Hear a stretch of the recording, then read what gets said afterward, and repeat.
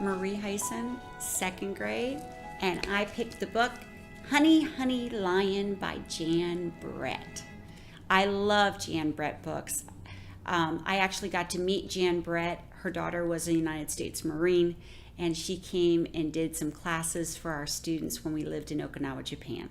That's why I picked Honey, Honey, Lion.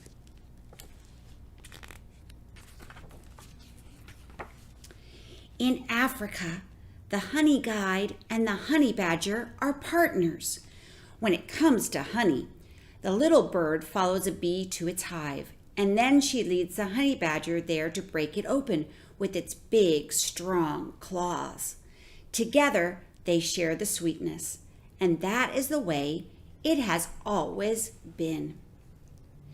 Maybe this day Badger was hungrier than usual. Maybe he forgot about Honeyguide, who showed him the way, or could he have been thinking, my strong claws do all the hard work.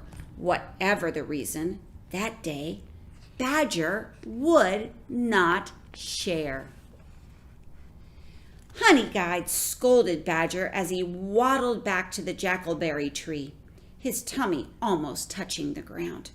She fussed and fumed as he tried to fit into his burrow. Finally, she cried out for all the animals to hear, "No fair! No fair!" Soon, all the guinea hens were broadcasting the news.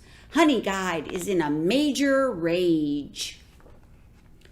But Badger didn't hear. He was sound asleep, smiling, snoring, and hiccuping from his big meal. Grumph! Badger roared out the loudest hiccup of all, and its deep, low rumble gave Honeyguide an idea. The next morning, Badger woke up hungry, his tummy flat as a pancake.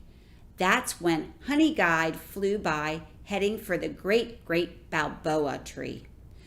"Honey, honey, honey," she cried, grinning. The little bird zigzagged over its large roots.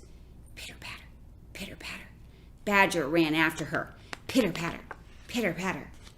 Honeyguide flew low across the waterhole. Splish, splash. Badger paddled after her. Splish, splash. Honeyguide glided to the top of a termite mound and bounced on one foot. Sprung! Badger scrambled to the top and bounced off. Sprung! Honeyguide landed on a hollow log. It echoed as she stomped along. Boom, boom, boom. Badger hurried to catch up. Boom, boom, boom. Next, Honeyguide flitted through a strand of papyrus. Tall, dry reeds waved back and forth. Clickety-clack, clickety-click. Badger traipsed along muttering, "Where is that honey?" The papyrus rattled as he went by. Clickety-click, clickety-click. Honeyguide led him through a field of golden bristle grass. Swish, swish. Badger huffed and puffed, but the thought of the delicious meal waiting for him kept him going. Swish, swish. By now, Badger was tired and wet, itchy and sore, but he didn't slow down because Honeyguide was just ahead of him. She flashed her wings, fanned her tail, and dove under the acacia tree. Badger charged in after her, singing triumphantly, "Honey, honey, honey, lion!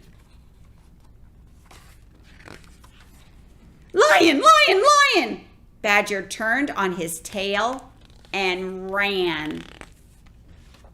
Swish, swish through the grass, clickety-click into the papyrus, boom, boom over the hollow log, sprong over the termite mound, splish, splash across the water hole, pitter-patter over the baboa roots. Badger dashed into his burrow. Honeyguide cheered in a flash. Badger was as far from the entrance as he could be. Right behind him was Lion's huge paw batting the air, but he could not reach him, and that's the closest any animal could be to an angry lion and live to tell the tale. That evening, Mongoose squeaked to Elephant, who trumpeted to Hippo, who bellowed to Warthog, who squealed to Bishop Bird, who piped to Hyena, who whooped to Zebra, who snorted to Giraffe, who was overheard by Guinea Hen, who bugled it far and wide. It was the Bush Telegraph, and it said, if Honeyguide leads you to a beehive, be sure and reward her, or next time she will lead you to a lion.